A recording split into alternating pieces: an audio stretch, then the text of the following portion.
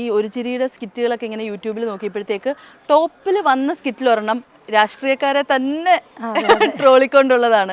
അതൊരു 3-4 മാസം മുമ്പ് അല്ലേ? കുറച്ച് നാളായിട്ടുള്ളൂ. അപ്പൊ ഇത്ര പെട്ടെന്ന് അത് ചെയ്യുമ്പോൾ പ്രതീക്ഷിച്ചിരുന്നു ഞാനൊരു 4-5 മാസം കഴിയുമ്പോഴത്തേക്ക് ഞാൻ തന്നെ ഈ ഒരു സ്ഥാനത്ത് എത്തും എന്നുള്ളത്? അതൊരിക്കലും ഇല്ല.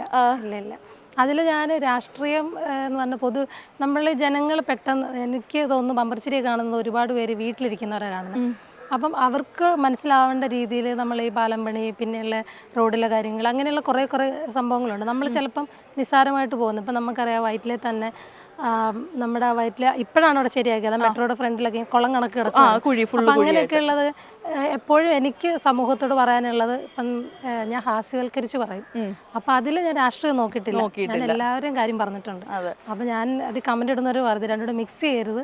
ഇപ്പം ഞാൻ ഇനി ഇത് കഴിഞ്ഞെന്ന് പറഞ്ഞാലും ഞാൻ ചെന്ന് പറയുമ്പം എനിക്ക് സാധാരണ കോമഡി എന്ന് തോന്നുന്നു അത് ആ രീതിക്ക് ആസ്വദിച്ചാൽ മതി. അല്ലാതെ അയ്യോ ഇവൾ ആ പാർട്ടിയല്ലേ അപ്പോൾ അവൾ ഈ പാർട്ടിയെ പറഞ്ഞില്ലേ, അങ്ങനെയില്ല. അത് സാധാരണപ്പെട്ട ഒരാൾക്ക് പച്ചയ മനുഷ്യനെ ഇന്ന് രാഷ്ട്രീയം കളഞ്ഞിട്ടൊക്കെ ആസ്വദിച്ച് അടിപൊളിയാണ്.